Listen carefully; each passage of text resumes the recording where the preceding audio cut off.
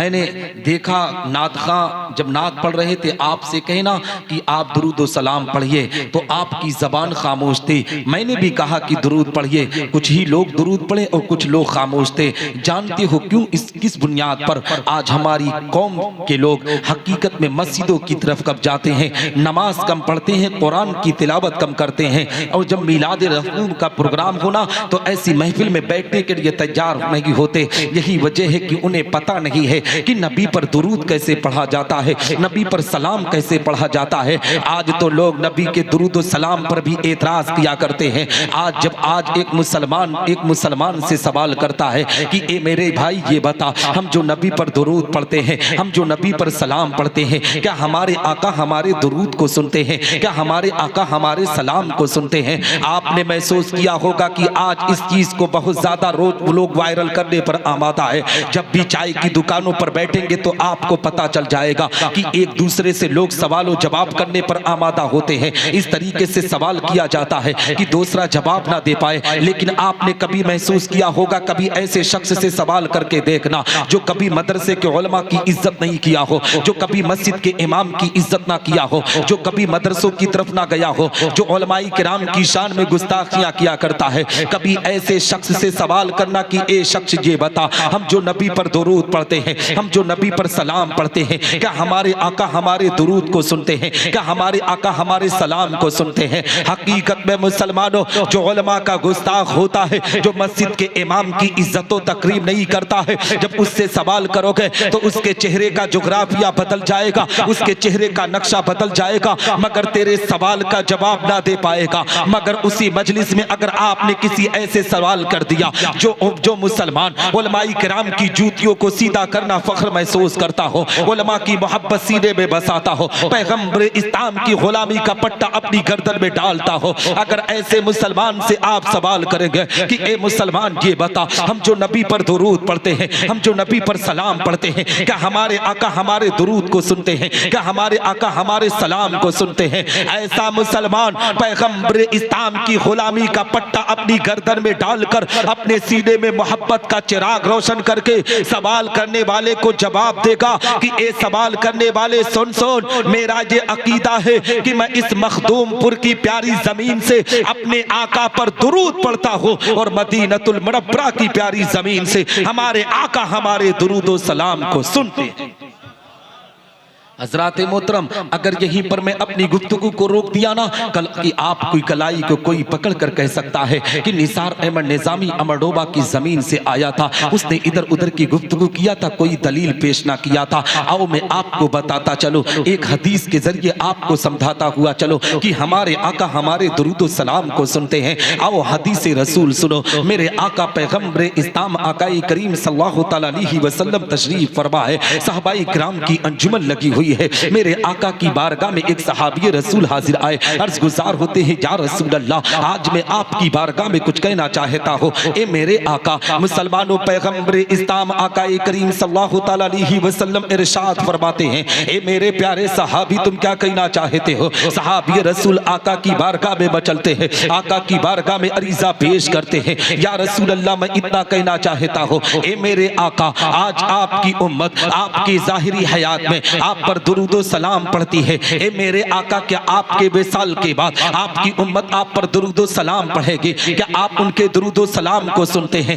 क्या आप उनके दुरूद सलाम को सुनेंगे? ए मुसलमानों, जैसे ही वो सहाबी रसूल पैगंबर इस्लाम की बारगाह में इतना कहते हैं, आकाए करीम सल्लल्लाहु अलैहि वसल्लम के चेहरे पर मुस्कुराहट होती है। नबी इरशाद फरमाते हैं, ए मेरे प्यारे सहाबी तुम क्या कहते? मेरे प्यारे सहाबी सुनो सुनो, हदीस के अल्फाज है, इन्नी अस्माउ सलात अहली मोहब्बती व आरफू, मैं अपनी मोहब्बत करने वालों के दुरूद व सलाम को सुनता भी हो और उन्हें पहचानता भी हो, चाहे हिंदुस्तान की जमीन से पढ़े, चाहे पाकिस्तान की जमीन से पढ़े, चाहे अरबिस्तान की जमीन से पढ़े, चाहे इंग्लिस्तान की जमीन से पढ़े, चाहे अमेरिका की सहराओं से पढ़े, चाहे अफ्रीका के जंगलों से पढ़े, चाहे हिमालय की चोटियों से पढ़े, मैं उसे जानता भी हो और उसे पहचानता भी हो। और हाँ, ये सिर्फ मेरे जाहिरी हयात का मामला नहीं, जब मैं कब्र में चला ना जाऊंगा तब भी उनके दुरूद सलाम को सुनता भी रहूंगा और उन्हें पहचानता भी रहूंगा। जब इस हदीस मुबारक पर आला हजरत अजीमुल बरकत मुजद्दिदे मिज्जत माजिया व हाजरा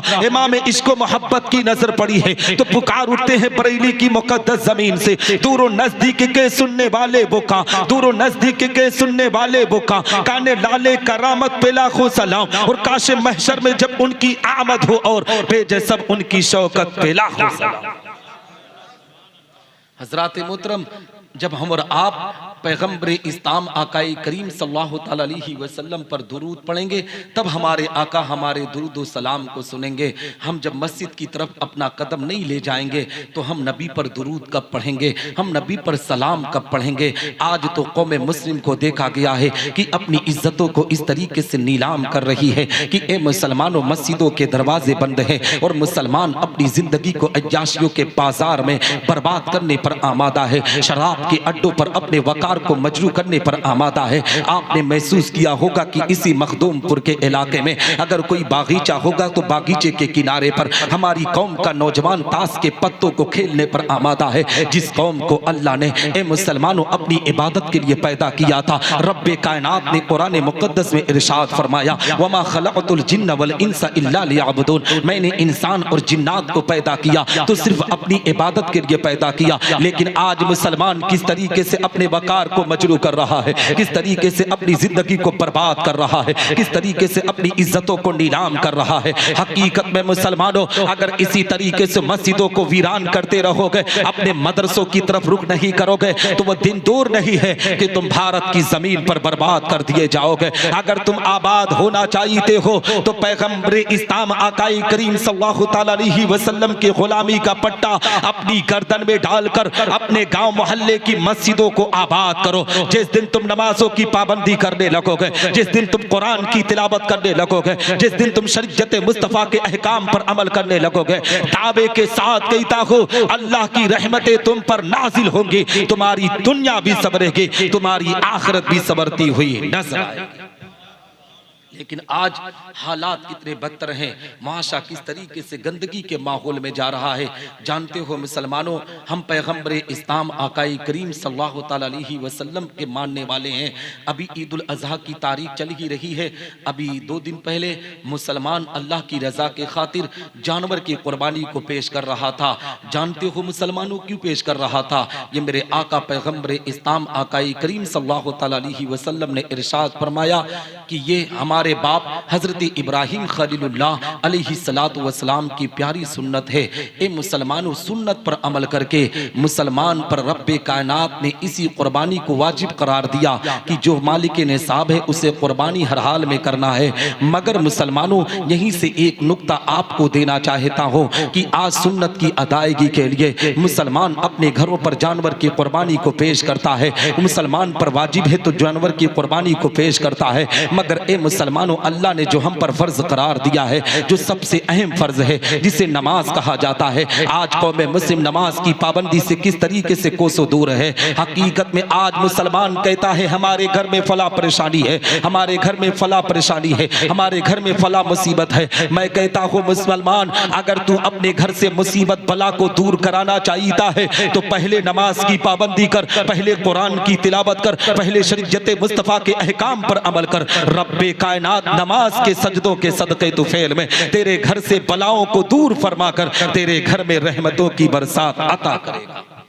और सबसे पहले पैगंबर इस्लाम आकाई करीम सल्लल्लाहु अलैहि वसल्लम की मोहब्बत सीने में बसाने की कोशिश करें, क्योंकि नबी आखिरुज़्ज़मा का सदका है कि अल्लाह ने हमें नमाज अता किया, अल्लाह ने हमें कुरान अता किया, अल्लाह ने हमें हज की सआदत से माला माल फरमाया। मेरे आका पैगंबर इस्लाम दुनिया में तशरीफ ना लाते तो रब्बे कायनात न हमें नमाज अता करता, न हमें कुरान अता करता, न हमें रोजे अता करता, न ए मुसलमानों हज की सआदत से माला माल फरमाता। करता। यहाँ तक कि रब का फरमान है कि अगर मेरा महबूब दुनिया में तशरीफ ना लाता तो मैं इस दुनिया को वजूद में ना लाता। आप पूछेंगे कैसे? तो आओ हजरत अब्दुल्ला इब्न अब्बास की वो रिवायत आपकी निगाहों के सामने रखता चलो। हजरत अब्दुल्ला इब्न अब्बास बयान फरमाते हैं कि एक मर्तबा हजरत मूसा अलैहिस्सलातु वस्सलाम कोहे तूर पर पहुंचे, अल्लाह की बारगाह में बचलते हैं, रब की बारगाह में अरीजा पेश करते हैं, हे रब तबारक व तआला, आज तूने मुझको एक ऐसी नेमत से नवाजा है कि पूरी दुनिया में इस नेमत से किसी इंसान को न नवाजा।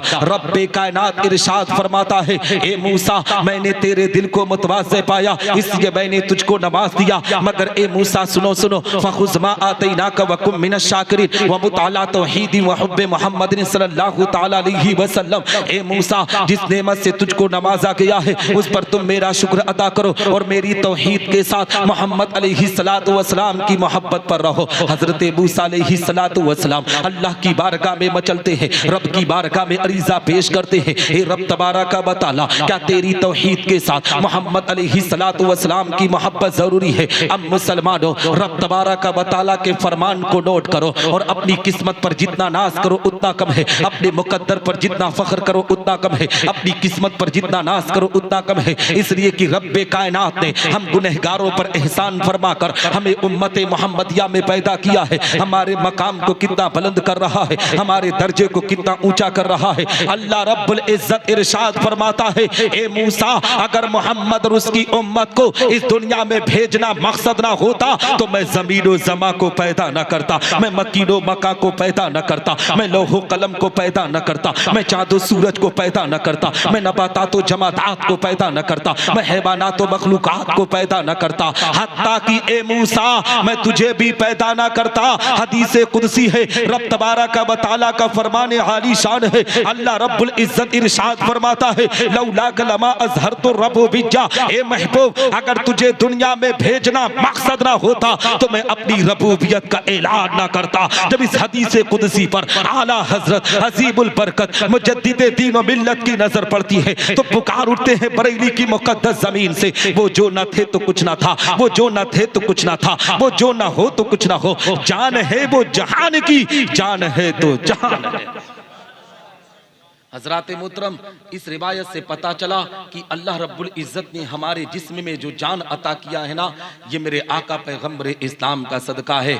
आज इस घर पर हम और आप इकट्ठा होकर मिलाद मुस्तफ़ा पढ़ रहे हैं तो ये मेरे आका पैगम्बर इस्लाम का सदका है, अल्लाह रब्बुल इज़्ज़त का करम और नबी आखिरुज़्ज़मा का सदका है कि आज इंसान अपनी ज़िंदगी को गुजार रहा है। लेकिन आओ मैं आपको बताता चलो, आज यहाँ पर एक बच्चे के खतने के ताल्लुक से प्रोग्राम रखा गया है, तो आपको मैं समझाता हुआ चलो कि बच्चे का मकाम किस तरीके से उसकी तरबियत को करना है, किस तरीके से उसकी जिंदगी को संवारना है। आओ मैं आपको बताता चलो, हकीकत में मुसलमानों आज कौम मुस्लिम के अंदर देखा गया है कि हमारे घरों में बच्चों की विलादत हो जाती है, बच्चे की पैदाइश हो जाती है। मैं साहिब खाना को मुबारकबाद पेश करूंगा कि साहिब खाना ने अपने बच्चे के खतने मसनूना के ताल्लुक से, ए मुसलमानों आज मिलाद का प्रोग्राम रखा है, लेकिन आपने हालात का जायजा लिया होगा कि आज अगर कोई घर पर खतने का प्रोग्राम रखता है ना तो बाकायदा लोग डीजे का इंतखाब करते हैं। जिस तरीके से शादी के मौके पर, हकीकत में आज लोगों ने शादियों के मौके पर भी लोग उलमा का मजाक बनाना शुरू कर दिए हैं। आज बाकायदा लोग शादी करते हैं या खतना करते हैं तो अपने घर पर मिलाद का प्रोग्राम रखेंगे, उलमा को बुलाकर अल्लाह रसूल के जिक्र की महफिल को सजाएंगे, और जैसे ही उलमा अपने घर के लिए निकलते हैं लोग डीजे पर गाना चलाना शुरू कर देते हैं। ए मुसलमानों, डांस करना शुरू कर देते हैं। जहां पर हमारी कौम के लड़के नाचते हैं ना, वहीं पर हमारी कौम की बेटियां भी उन्हीं के साथ डांस करती हुई नजर आती है। जब इनसे सवाल किया जाता है, ये इस्लाम की मुकद्दस शहजादों और शहजादियों, ये बताओ तुम अपने इस घर में इस खुशी के मौके पर नाच और डांस का प्रोग्राम क्यों रखते हो? तो कहते हैं निसार अहमद निजामी, तुझे खबर नहीं है, मेरे भतीजे मेरे बेटे की रोज रोज खतने का इस तरीके से खुशी मनाने का वक्त नहीं आएगा। मेरे भैया की रोज रोज शादी नहीं होगी। इस तरीके से लोग बातों को बनाकर शरीयत इस्लामिया के वकार को मजरू करते हैं। याद रखो मुसलमानों, अगर तुम शरीयत इस्लामिया के साथ खिलवाड़ करोगे तो दिन दूर नहीं है कि तुम बर्बाद कर दिए जाओगे। अगर आबाद होना है तो उलमा को बुलाकर अल्लाह रसूल के जिक्र की महफिल को सजा लो। अगर अल्लाह ने आपको और अता किया है तो डीजे पर गाना ना चलाकर अपने गांव अपने पड़ोस में देखो कि अगर कोई यतीम बच्चा या बच्ची हो तो उस पर सदका तो खैरात कर दो, इसलिए कि यतीम पर सदका तो खैरात करोगे, यतीम के चेहरे पर मुस्कुराहट लाओगे तो रब तबारक व तआला तुम्हें जन्नत में आला मकाम अता कर देगा। इसलिए ये खतना की महफिल है और साहिब खाना ने अपने बच्चे के खतने के ताल्लुक से ये प्रोग्राम रखा है। तो मैं आपको बताना चाहता हूँ कि आप हजरात अपने बच्चों की तरबियत अच्छे अंदाज से करें। हकीकत में हमारे घरों में ना जब बच्चे की विलादत होती है तो विलादत के मौके पर भी लोग आज किस तरीके से अपने यहाँ पर अगर लड़के की पैदाइश हो जाए ना तो लड़के की पैदाइश पर लोग इस तरीके से खुशियाँ मनाते हैं। ऐसा पता चलता है, ऐसा मालूम होता है कि शरीयत इस्लामिया के वकार को ये किस तरीके से मजरू करते हैं, कुरान की तालीम को किस तरीके से बर्बादी के तहाने पर ले जाकर खड़े कर दिए हैं। हकीकत में मुसलमानों, अगर आपके घर में बच्चे की विलादत हो या बच्ची की विलादत हो, आप अगर खुशियां मनाए तो खुशियां इस अंदाज से मनाए कि शरीयत इस्लामिया के वकार को मजरू ना करना पड़े, बल्कि शरीयत इस्लामिया के अहकाम के मुताबिक आप खुशियों का इजहार किया करें। आपके यहाँ जब बच्चे की विलादत हो, हमने देखा है कि बच्चे की पैदाइश के बाद जब बच्चे की उम्र 2 से 2.5 साल 3 साल की उम्र में बच्चा पहुंचता है, ए मुसलमानों, मेरे आका पैगंबर इस्लाम ने माँ की गोद को सबसे पहला मदरसा बताया है। माँ की गोद से जो बच्चा तरबियत अच्छी पाता है ना, वो बच्चा आगे चलकर माँ बाप की फरमा बरदारी करता है, माँ बाप के हुक्म की तामील करता है। लेकिन आपने महसूस किया होगा मुसलमानों कि आज हम अपने बच्चे की तरबियत किस अंदाज से करते हैं। ए मुसलमानों, जब 2.5 से 3 साल का बच्चा हो, जब बच्चा बोलने के काबिल हो जाए तो उस बच्चे को हमें बिस्मिल्लाह की तालीम देना चाहिए, उसे बिस्मिल्लाहिर्रहमानिर्रहीम की तिलावत के बारे में सिखाना चाहिए। मगर अक्सर व बेशतर ये देखा जा रहा है कि मुसलमान का बेटा आज जब 2.5 से 3 साल की उम्र में पहुंचता है तो माँ की गोद पहला मदरसा बताया गया, मगर उसी माँ की गोद में बच्चा बिगड़ने के काबिल हो जाता है। जानते हो क्या किया जाता है? उस बच्चे की जिंदगी को किस तरीके से खराब किया जाता है, उस मासूम के वकार को किस तरीके से मजरू किया जाता है। बच्चा बोलने के काबिल जब हो जाता है, अपने बाप को बाप कहकर पुकारने लगता है, अपनी माँ को माँ कहकर पुकारने लगता है, तो यही माँ अपने बेटे से कहती है, बेटा देख तेरे बाप आ रहे हैं, उन्हें गाली देख देख कितना अच्छा लगेगा। वो मासूम सा बच्चा जिसे जिंदगी के अरकान के बारे में कुछ पता नहीं है, अपने बाप को गाली देता है। बाप मुस्कुराकर अपने बेटे को कलेजे को लगाकर कहता है, मेरा बेटा कितनी अच्छी गाली दे रहा है। वही बेटा दादा दादी को गाली देता है, वही बेटा चाचा चाची को गाली देता है, वही बेटा ननिहाल में नाना नानी को गाली देता है। इस तरीके से अपनी तालीम की शुरुआत गाली से करता है। ए मुसलमानों, वही बेटा जब 7-8 साल की उम्र में पहुंचता है, पड़ोस के बच्चों के साथ जब खेलने के लिए मैदान में निकलता है तो उसने गाली से तालीम को शुरुआत की थी। हकीकत में उसी गाली को अपने पड़ोस के बच्चों को देता है। जब बच्चों से झगड़ा करता है, गाली देता है ना, जब पड़ोस के माँ बाप हमारे घर पर शिकायत करने के लिए आते हैं तो कुछ माँ बाप ऐसे हैं जो अपने बच्चों की जिंदगी को बर्बाद करने के लिए उनकी गलतियों पर पर्दा डालते हैं। उस हकीकत में जो हमारे पड़ोस के माँ बाप आते हैं, कहते हैं कि तुम्हारे बेटे ने हमारे बेटे को गाली दी है, तो अपने बेटे की गलतियों पर पर्दा डालकर पड़ोस के लोगों से उलझ जाते हैं, झगड़ा की नौबत आ जाती है। ए मुसलमानों, कान खोल कर सुन लो, जो लोग अपने बेटों की गलतियों पर पर्दा डालते हैं उन लोगों को देख लेना कि 22 से 25 साल का जब उसका बेटा होगा तो उसकी कॉलर पर हाथ डालते हुए नजर आएगा, उसकी माँ की ममता के साथ खिलवाड़ करता हुआ नजर आएगा, अपने बाप को भरी महफिल में जलील और रुस्वा करता हुआ नजर आएगा। ए मुसलमानों, अगर तुम चाहते हो कि तुम्हारा बेटा तुम्हारी फरमा बरदारी करे, तुम्हारा बेटा तुम्हारी खिदमत गुजारी करे, तो तुम्हें अपने बच्चे को दीन इस्लाम की तालीम की तरफ लेकर आना होगा, तरबियत अच्छी तरीके से करना होगा। हकीकत में जब बाप नमाजों की पाबंदी करता है तो बेटा नकल करके अपने बाप की नकल करके वो भी नमाज पढ़ता है। जब बाप कुरान पढ़ता है तो बेटा उसी की नकल करके, ए मुसलमानों, कुरान पढ़ना सीखता है। हकीकत में अगर कोई बाप अपने बेटे को बचपन में बिस्मिल्लाहिर्रहमानिर्रहीम की तिलावत को सिखाता है, बिस्मिल्लाह की तालीम से उसकी तालीम का आगाज करता है, अगर उसके बाप का इंतकाल हो जाए, अगर उस बेटे को उसके बाप की कब्र पर ले जाकर सिर्फ बिस्मिल्लाह की तिलावत करा दिया जाए तो रब की मशीयत को जोश आता है। रब्बे कायनात उसके बाप की कब्र से अजाब को हटाकर उसकी कब्र पर रहमतों की बरसात आता है। आज हम और आप बच्चों की तरबियत का मसला है ना, तो हम और आप अपने बच्चों की तरबियत ठीक तरीके से नहीं कर पा रहे हैं। हमारी माएँ बहनें बेटियां भी बैठी हैं, मैं इन्हें भी पैगाम देता हुआ चलो, हकीकत में हमारी बहनों ने हमारी माओं ने अपने बच्चों की जिंदगी को किस तरीके से बर्बाद किया है। जिस बेटे को ए मुसलमानों हमें कुरान पढ़ाना था, नमाज की पाबंदी की तरफ लेकर जाना था, आज उस बेटे की जिंदगी हम किस तरीके से बर्बाद करते हैं। आज जब बेटे की बात आ गई है ना, तो पीरे पीरा मीरे मीरा हुजूर सैयदना शेख अब्दुल कादिर जिलानी सरकारे गौसे आजम रज़ी अल्लाह तआला अन्हु की जिंदगी की तारीख उठाओ। उनकी वालिदा माजिदा जब अपने बेटे को अपने शिकम में रखी थी ना, तो वो कुरान की तिलावत किया करती थी, वो नमाज की पाबंदी किया करते थे, जिसकी वजह से उनका बेटा हाफिज़े कुरान हुआ था। ए मुसलमानों, आज की माओ और बहनों बेटियों की जिंदगी भी उठाकर देख सकते हो। आज हमारी माएँ बहनें बेटियां किस तरीके से हकीकत में जब हमल उसके पेट में होता है तो कुरान तो बहुत दूर की बात है, नमाज तो बहुत दूर की बात है, अपने हाथ से सदका तो खैरात भी नहीं करती है, बल्कि बिस्तर पर लेटकर पूरे दिन सीरियल देखने पर आमादा होती है, पूरे दिन फिल्में देखने पर आमादा होती है। अब बताओ मुसलमानों, जिसकी माँ अपने बेटे को शिकम में रखकर नंगी तस्वीरें देखे, उसका बेटा पैदा होकर क्या वो अपने माँ की फरमाबरदारी करेगा? क्या वो अपने बाप की फरमाबरदारी करेगा? नहीं मुसलमानों, अगर माँ बाप की फरमाबरदारी कराना चाहते हो तो अपने बच्चों की तरबियत अच्छे अंदाज से करो, अपने बच्चों की तरबियत कुरान की तालीम के मुताबिक करने की कोशिश करो। इंशाअल्लाह रब्बुल इज्जत जब आपका बेटा कुरान की तालीम के मुताबिक जिंदगी गुजारने लगेगा तो उसे समझाने की जरूरत नहीं पड़ेगी कि ये तेरे बाप है, ये तेरी माँ है, इसका मकाम इसका मकाम ये है, बल्कि ए मुसलमानों, जब कुरान की तालीम के मुताबिक वो बेटा जिंदगी गुजारने लगेगा तो अपने बाप की मर्यादा को अपने सीने में बसाएगा, अपने माँ की ममता को अपने सीने में बसाएगा, जिंदगी के आखिरी लम्हे तक अपने माँ बाप की फरमा बरदारी करता हुआ नजर आएगा, आपकी जिंदगी खुशहाल जिंदगी होती हुई नजर आएगी।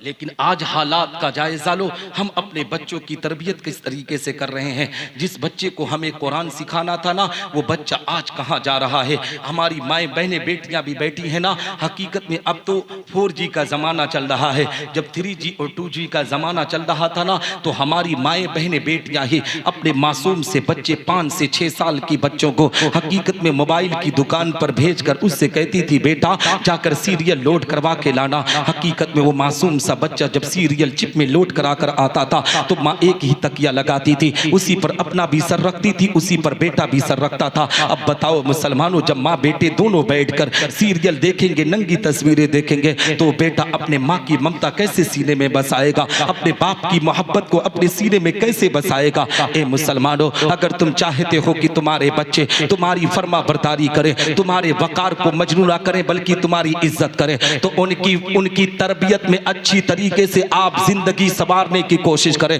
उन्हें सबसे ज्यादा कुरान की तालीम की तरफ लेकर आए, नमाजों की पाबंदी की तरफ लेकर आए, इसलिए कि बाप जिस तरीके से हकीकत में अपने बच्चे की तरबियत करता है, बेटा उसी तरबियत के मुताबिक जिंदगी को गुजारता है। आओ मैं आपको बताता चलो कि अगर यही माहौल रहा तो वो दिन दूर नहीं है कि तुम्हारा बेटा तुम्हारी कालर पर हाथ डालकर पूरे गांव पूरे इलाके के लोगों के सामने जलील और रुस्वा करेगा। आओ मैं आपको इसी पर एक वाकया बताता हुआ चलो। खलीफे सानी है, अमीरुल मोमिनीन हजरत उमर बिन खत्ताब रज़ी अल्लाह तआला अन्हु का दौरे ज़माना है, जिनकी हुकूमत आधी दुनिया पर थी, 22.5 लाख मुरब्बा किलोमीटर पर जिनकी हुकूमत थी, वो उमर बिन खत्ताब रज़ी अल्लाह तआला अन्हु की ज़ाते बाबरकात है। आओ उन्हीं की जिंदगी का वाकया आपकी निगाहों के सामने रखता चलो। हजरत उमर बिन खत्ताब रज़ी अल्लाह तआला अन्हु ए मुसलमानों अपने घर में तशरीफ फरमा है। एक बूढ़ा अपने नौजवान बेटे को लेकर हकीकत में हजरत उमर बिन खत्ताब की बारगाह में आता है।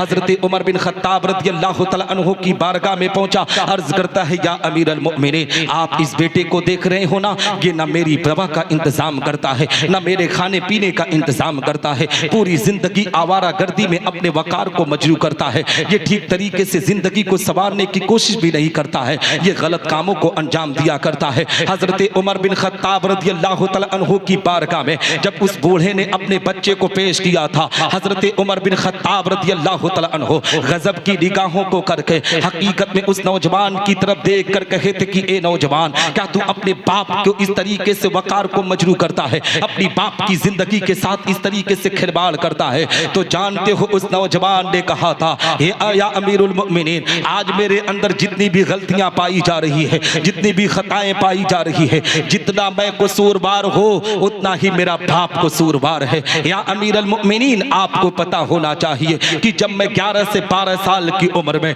सबसे पहले चोरी किया था, चोरी करके मैं अपने घर को आया था, अपने बाप के सामने माल को रखा था। जब लोग मेरे बाप के सामने आए थे मेरी चोरी के बारे में बताने के लिए, तो मेरा बाप उन पड़ोसियों से उलझ गया था, मेरी गलती पर पर्दा डाल दिया था। अगर उसी वक्त मेरे बाप ने मुझे एक तमाचा मारा होता तो मैं अपनी जिंदगी के अंदर कभी चोरी की तरफ ना बढ़ता। या अमीरुल मोमिनीन, जितनी गलतियां आज मेरे अंदर पाई जा रही है, अगर चोरी का गुनाह मैंने किया है तो मेरे बाप ने उस गुनाह पर पर्दा डाला है, आज उसका जिम्मेदार मेरा बाप है। या अमीरुल मोमिनीन, सुनो सुनो, जब मैं 15-16 साल की उम्र में पहुंचा, सबसे पहले मैंने शराब को जब मुंह को लगाया, जब मैंने शराब पीकर घर को आया, मेरे बाप को पता था कि मेरा बेटा शराब पीकर आया है, मगर मेरे बाप ने मुझसे सवाल करने के बजाय मेरा बाप मेरी जिंदगी को संवारने के लिए लगा था। जब मेरी और उम्र बढ़ी, मैंने एक लड़की के साथ जिना किया, उसके वकार को मजरू किया, लोग मेरे बाप के सामने शिकायत लेकर आए, मगर मेरे बाप ने मेरी गलतियों पर पर्दा डालकर मेरे वकार को मजरू ना किया बल्कि बचाने की कोशिश की। आज जो मेरे अंदर जितनी भी गलतियां, जितनी भी शरारतें, जितने भी गुनाह पाए जा रहे हैं, या अमीरुल मोमिनीन, अगर मैं इसका खताकार हूं, अगर मैं इसका गुनहगार हूं, तो उससे कहीं ज्यादा मेरा बाप इसका गुनहगार है। हजरत उमर बिन खत्ताब रज़ियल्लाहु तआला अन्हु ने उस बूढ़े को डांटते हुए कहा था कि जब तुमने तरबियत ही इसी तरीके से किया है तो तेरा बेटा तेरी फरमा बरदारी कैसे करेगा? जब तुम खेत के अंदर गेहूं की बुआई करोगे तो चावल की ख्वाहिश और तमन्ना ना पैदा करो। तुमने अगर गेहूं बोआ है तो गेहूं ही काटोगे, तुम चावल नहीं काट सकते हो। इसी तरीके से जिस तरीके से अपने बच्चों की तरबियत करोगे, तुम्हारा बेटा उसी तरीके से तुम्हारी फरमा बरदारी करेगा। इसीलिए मुसलमानों, तुम पहले नमाज की पाबंदी करो, पहले कुरान की तालीम की तरफ बढ़ो, पहले तुम शरीयत मुस्तफा के अहकाम पर अमल करो। जब तुम्हारी जिंदगी अच्छी गुजरने लगेगी, जब तुम नमाजों की तरफ बढ़ने लगोगे, तो तुम्हारे बच्चे भी तुम्हारे तौर तरीके पर अमल करके नमाजों की पाबंदी करेंगे। इंशाअल्लाह रब्बुल इज्जत हमारे समाज की इस्लाह होगी, हमारे माशरे की इस्लाह होगी। क्योंकि डॉक्टर इकबाल कहते हैं, गलत रवि से मनाजिल का बुअद बढ़ता है, मुसाफिरों रवि से कारवां बदल डालो। और जगह जगह के थक चुके हैं तुम्हें हंगामे, निशाते लज्जते ख्वाबे गिरा बद।